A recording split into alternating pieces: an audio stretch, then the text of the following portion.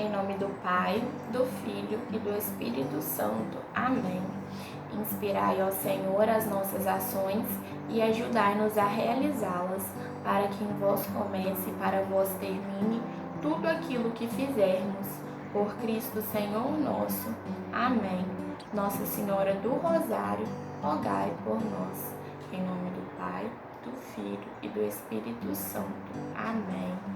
Olá, pessoal. Meu nome é Tayene. Tudo bem com vocês? Hoje eu estou aqui para conversar um pouquinho com vocês sobre o tema oração, jejum e caridade. Gostaria de introduzir com o nosso catecismo. Eu vou ler o comecinho do parágrafo 1434.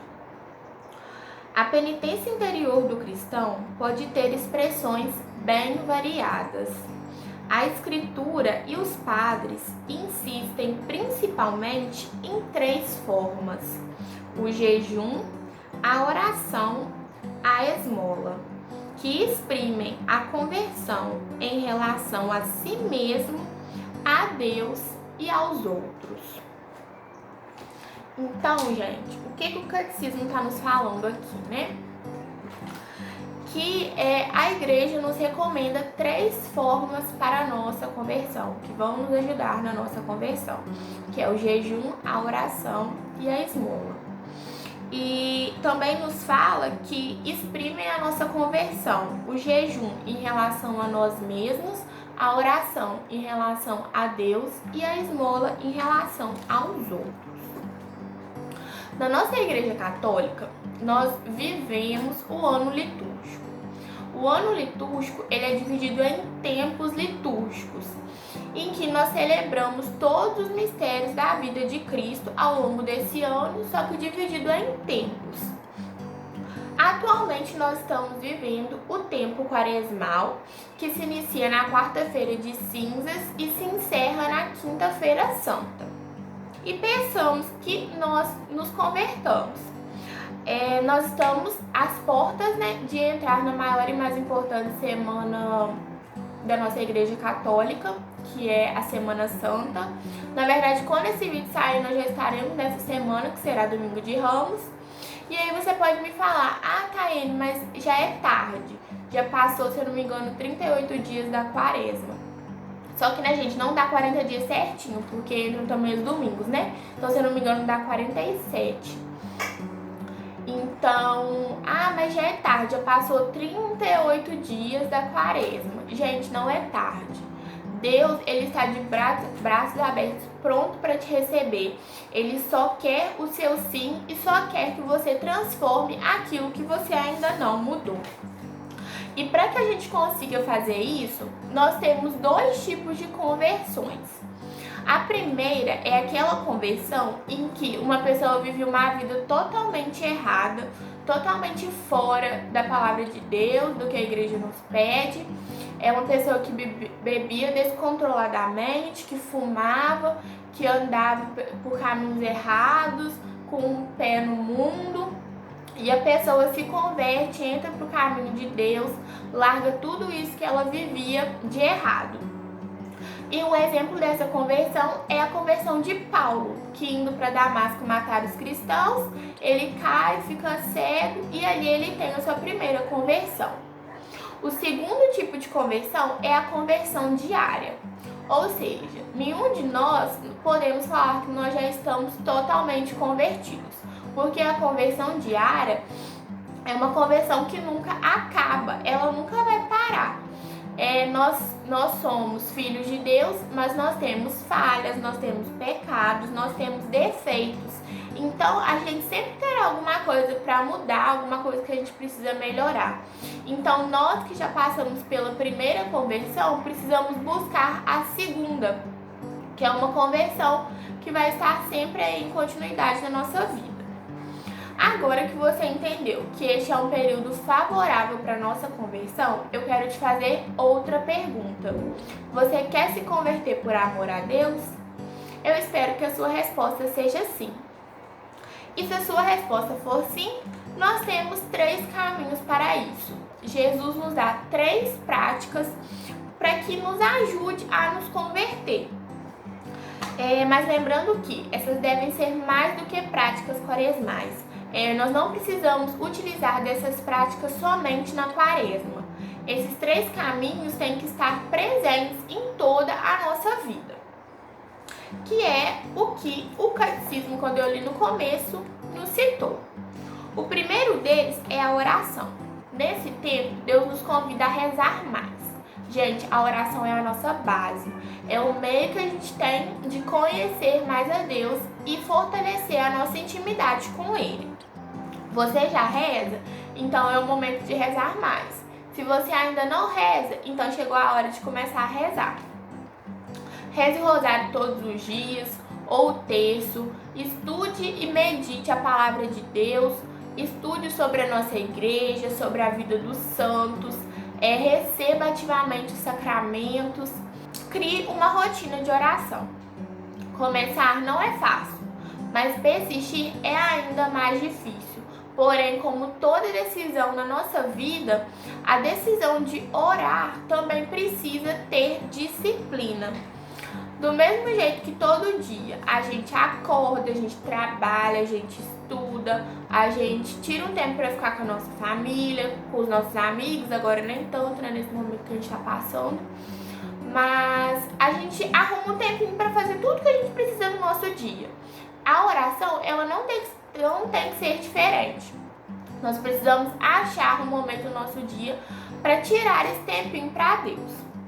Deus, Ele sempre vai estar nos convidando a uma vida de entrega, a uma vida de retorno.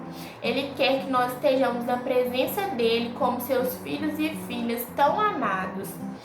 Ele quer que nós vivamos essa vida de oração, para que nós possamos compreender as vontades dEle para a nossa vida e possamos amar mais a Ele também. Eu gosto muito daquela frase que a gente não ama o que a gente não conhece. Então a gente precisa conhecer a Deus, a gente precisa conhecer a nossa igreja, para que nós possamos cada vez mais amar a Ele e, consequentemente, também a vontade dEle. O segundo caminho é o jejum. Jejum não é para você desmaiar por aí, para você ficar mal da saúde ou para você passar fome. Se você acha que é isso, você conhece o jejum de uma forma errada. O jejum, ele tem a principal função de nos ajudar a mortificar a nossa carne. Eu não vou me estender muito sobre esse tópico, porque o último vídeo que saiu aqui no nosso canal foi com um tema dedicado inteiramente ao jejum. Então, se você ainda não viu, vai lá dar uma olhadinha se você quer saber na prática como fazer o jejum que a igreja nos pede na quarta-feira de cinzas e na sexta-feira da paixão que está se aproximando. Mas eu só quis citar este tópico aqui para que vocês entendessem, pegassem, que é uma prática muito necessária, que nos ajuda muito na nossa conversão. E a terceira e última, mas não menos importante, é a caridade. E aqui eu gostaria de ler uma mensagem do Papa Francisco para a Quaresma de 2018, que ele nos fala: a prática da esmola liberta-nos da ganância e ajuda-nos a descobrir que o outro é nosso irmão. Aquilo que eu possuo nunca é só meu. Como gostaria que a esmola se tornasse um verdadeiro estilo de vida para todos. Como gostaria que, como cristãos, seguíssemos o exemplo dos apóstolos e vivêssemos na possibilidade de partilhar com os outros os nossos bens, um testemunho concreto da comunhão que vivemos na igreja. Aqui, gente, a igreja nos pede para que nós doemos o nosso coração. Em outra palavra, a nossa oração precisa nos fazer amar mais. Nós estamos acostumados, infelizmente, a dar para os outros aquilo que nos sobra. Mas a esmola quaresmal, ela é uma prática diferente. Ela não pode ser dessa forma. Claro que aqui também entra a parte material. Se você pode doar, tem condições de doar o seu dinheiro para a igreja, doe. Mas também entra a parte espiritual, que é você ajudar um irmão que está passando por uma situação difícil, dando um conselho, uma palavra amiga. E aqui nós vemos a importância dessas 3 práticas combinadas juntas. porque a caridade, ela é o fruto do nosso jejum e da nossa oração. Então não vai ter caridade se não houver jejum e oração. Então aqui, mais do que nunca, nós vemos como essas três práticas precisam ser combinadas para que chegue no resultado que a gente espera, não só da caridade, mas sim também da nossa conversão.